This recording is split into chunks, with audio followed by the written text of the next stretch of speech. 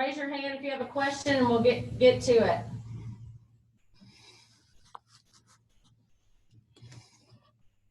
Okay, the first one's Josh Hale with the Louisville Courier-Journal. John, but thanks, Lex. Eddie, Mark yesterday mentioned that the receivers just need to be better. What exactly did you see from them in the first game that you want to see improvements into week 2? Well, the biggest thing is the fundamentals and execution of each and every play. You know, you've got about 3 plays in that game that can change the outcome. And it wasn't just the receiver's fault. I mean, it starts with me always. But you know, Coach Stoops always talks about this, that in a 60, 70, 80 play game, you know, you don't know which one play will affect the outcome. And we had about 3 to 4 that really could have changed it. So, you know, that's our point of emphasis this week is fundamentals and just do your job. You know, we had a couple of guys that tried to do their own thing instead of doing their own job, and it affected the game. John Clay? Eddie, to follow up on that, were there mistakes? Were those mental mistakes? Were there mistakes that are easily correctable?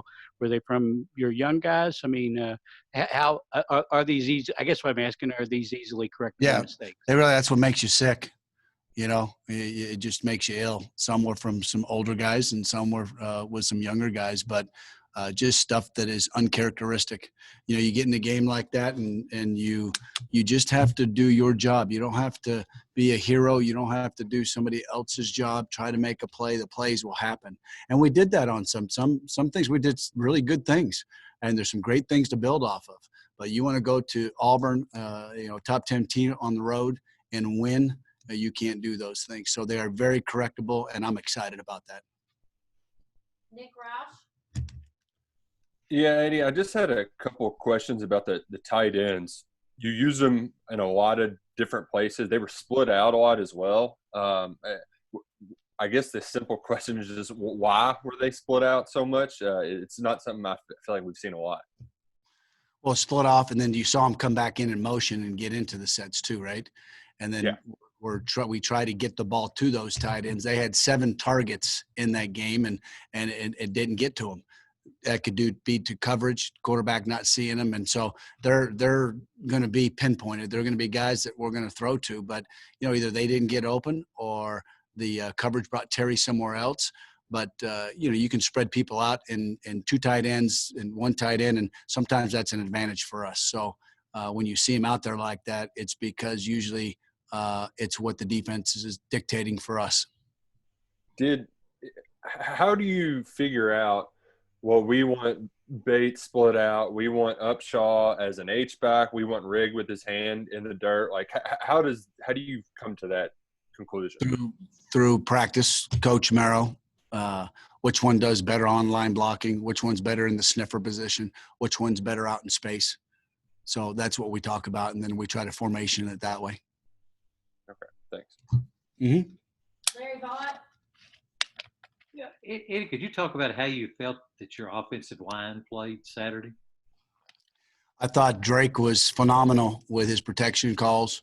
Him and Terry together, I thought we did a really good job of pass protecting. In the run game, I thought we were good. Maybe a B. You know, we weren't I didn't like the way we came out in the second half. We went 2 3-and-outs, and then our third series we went 11 plays and scored. And that's just too long. You can't come out that way in the second half. And again, that came back as talking to Coach Schlarman as we watched it. You know, you're talking about fundamentals, guys getting knocked back because of a first step, or, you know, where we were finishing more in that first half. And then we got to that third series and we finally got better. So overall, I think they played pretty darn good against that defense. Is there room for improvement? Absolutely. Josh Moore?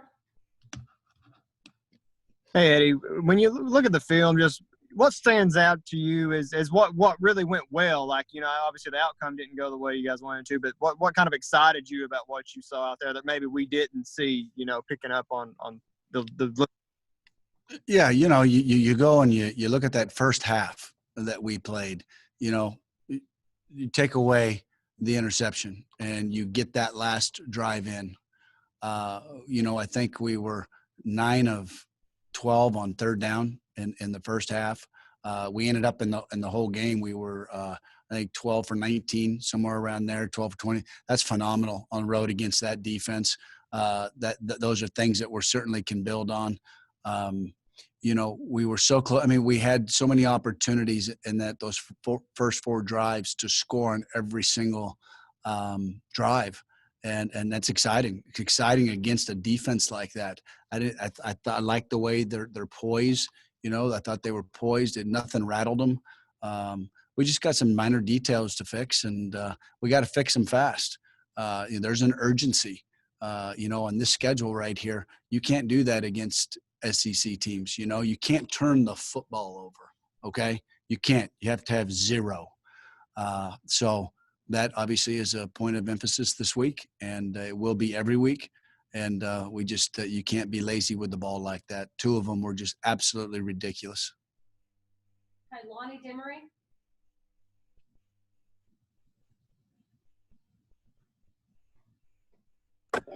Eddie, are we there yet? Hey, Lonnie. Yes, sir. Now you just went mute. Go ahead, Lonnie. Go now. Still not hearing you, Lonnie. What about now? Yes, sir. Okay. Thought you fell asleep on that chair, man. No, man. I was trying to mute and unmute and what have you, but anyway, nevertheless, here we go. Do you have a set rotation at the wide receiver position, or do you perhaps go with what you call going with a hot hand? Do you have a set rotation? Yeah, Coach Bo does. He's got a pitch count, and he's talking to him on the sideline, who's tired. Ollie actually probably went a little bit too long. He was juiced. He was tired. So we always reevaluate that every week. Coach asks each coach how many plays they had. Some coaches had maybe people in there too many. Some coaches had that they didn't get enough guys in there. And those are the things that we've got to correct as assistant coaches. And so that's why you always have those meetings. And so, yeah, we have a pitch count for every single position. Thank you. John Hale. Eddie, what was your experience like in that 1 year coaching with Coach Kiffin at Tennessee, and maybe what did you learn from him? What makes him a good coach? It was interesting because I had just gone 14 straight years with Coach Tuberville. So it was one of the scariest times of my life, if you will. I left. I didn't know anybody real well on that staff. I knew a couple people. Ed Ogeron I had coached with at Miami. So I really didn't know anybody else. Jim Chaney a little bit, but so I didn't know what to expect. His organization, his play calling ability, he's really good. He's one of the best I've ever been around. I've coached with Bobby Petrino and Noel Mazzoni and some really good coordinators and play callers, and he's up there with the top. I would say top 2 or 3 in the country. So his mind is different. I learned a lot. It was good for me to just get out of a comfort zone, and it was good for me to go out and learn. I learned a lot in a year. It really helped me in my maturation process as a football coach. Okay, Aaron. Eddie, 2-part question on Ole Miss for you. One, obviously their defense had a really rough game against Florida, but what are some of the things that maybe we're not seeing that they do well? And 2, how confident are you in your offense if it becomes a track meet that they could put up points drive after drive with the way offenses? Yeah, defensively, again, their first game, new staff. They didn't have a lot of time, and they'll get better. And they had a tough road to hoe. They had to go to Florida, so they'll be better always in the second game. They do a great job over there. So they'll learn from their mistakes, and it'll be a better defense. And then in terms of, our job is to score points. So whatever we got to do to score points, whether, it's enough to win 17-16 or you got to score 35, whatever it is, we got to do our job. And, we didn't do it on Saturday, and that's on me. And our kids have had a great practice today. Came out with a lot of energy, and I'm excited. I'm excited about playing on Saturday. Thank you. Josh Moore. Hey Eddie, when you obviously you want to go out there and win and put up points and do what you need to do, but how does going up against a coach like Lane and then Mike the next week after, just those guys that are really known for their offense, how much fire does that light under you and kind of juice you up to just see what you can do? Well, it's first of all, it's never about me. I don't. That's and I get what you're saying, but it's not about me. I got to do what's best for our football team, and if that's to slow things down and methodically try to grind it out to give our defense a rest, then that's what we got to do. We've been pretty good at that, so if it's a situation where we got to get into fastball, then we'll go fastball, and it'll. I don't worry about any of that. It's like going against great defensive coordinators, and I just try not to get wrapped up in all that stuff. I am who I am, and some people like it, some people don't. When you're a play caller, you run it too many times, you throw it too many times, and that's okay. We're going to try to get better every single day, and our job is to go out and score points. Our job is to take care of the defense, the team, and us get in the end zone. Just if you don't care of me following up real quick, you said mentioning people not liking things and at times and sometimes. I mean, it seems like fans get really frustrated with the distribution of snaps among the running backs. I don't really get that as much, but do you just have any insight on just what you're trying to do with those guys? I mean, it seems like sometimes it's ride the hot hand, but it does seem like each of those guys kind of has things that they're good at too, and I don't know if maybe that's something that just people don't understand or they're not seeing it the same way that you see it. Yeah, and that's okay. They can, and that's fine. I mean, AJ caught, I think, 5 or 6 balls out of the backfield, and some of that stuff he does really well. And so does Cavassier. Chris has his role, and I thought those 3 guys played really hard and played really good. And I think in a 10-game season, you want to be a running back in this league. To carry the ball 40 times a game and to do that for 10 straight weeks, the body's not going to handle that. So I love the distribution right now. Absolutely love where it's at. They're excited about it. And so really that's all that matters. Okay, last 3. Nick Roush. Not to beat the drum on the carries, but Terry actually had 13. He had more so than anybody else. I'm sure some of those were just from tucking it and running on a pass. But was that part of the plan to get him involved in the run game, get him hit a few times? Absolutely. He welcomed it. He needed it. And, other than the one, he really had two things that really stood out right there with him running the ball. The one, he didn't follow the guy the right way where he fumbled the ball. That one was tough. Because he just got lazy with the ball, and then other than that, there was one other one that didn't love, but I liked where he was at. I mean, for his first time back, he showed me something, and that's exciting for our playbook. Larry Vaught. Yeah, Eddie, talking about Terry, could you just kind of evaluate what you thought of his overall play with everything that went into the game? Well, other than about 4 plays for him, I thought I was really impressed with him. You take away 4 plays for the young man, and I think the outcome's different. And it's a team deal. It's an offensive deal. It wasn't just Terry, but we got to make some different decisions, and we've got to protect the ball better.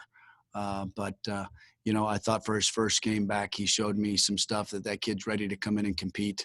And he knows he's got to get better. I mean, he is the first one. He texted me on Sunday after he came in and got treatment, and he's the first one, man. He said, Coach, I've got to take care of the rock. It's my fault. I'm taking full responsibility, and Coach, it won't happen again. And, you got to love that from your quarterback. It matters to him. And it's bothering him all day. And I said, man, you got to have a short-term memory. It's like a cornerback. He gets beat deep. You got to move to the next one. All right, last question with Lonnie. Go ahead, Lonnie.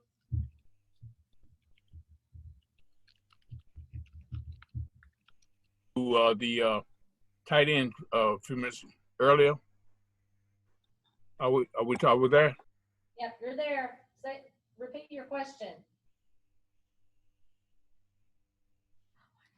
You're on mute, Lonnie. All right. What about now? You got it, friend. Okay. The tight end position, as far as Keaton Upshaw and Justin Rigg, and how do you propose to use those guys in terms of perhaps maybe I hate to suggest, but maybe Get the ball to him more, Lonnie. Yes. Get the ball to more. 7 times they were targeted once again, and the ball did not go to them. Our tight ends will be fine. Thank you. Thank you. All right. Thank you all so much. We'll have the players up here in just a second. Thank y'all.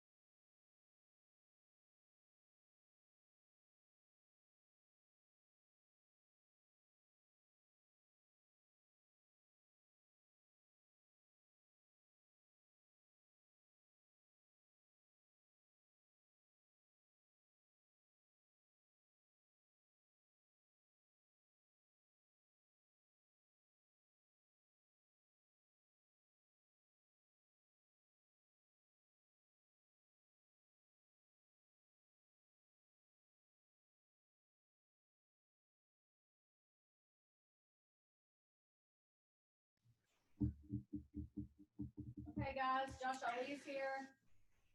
If you would raise your hand and we'll get to questions.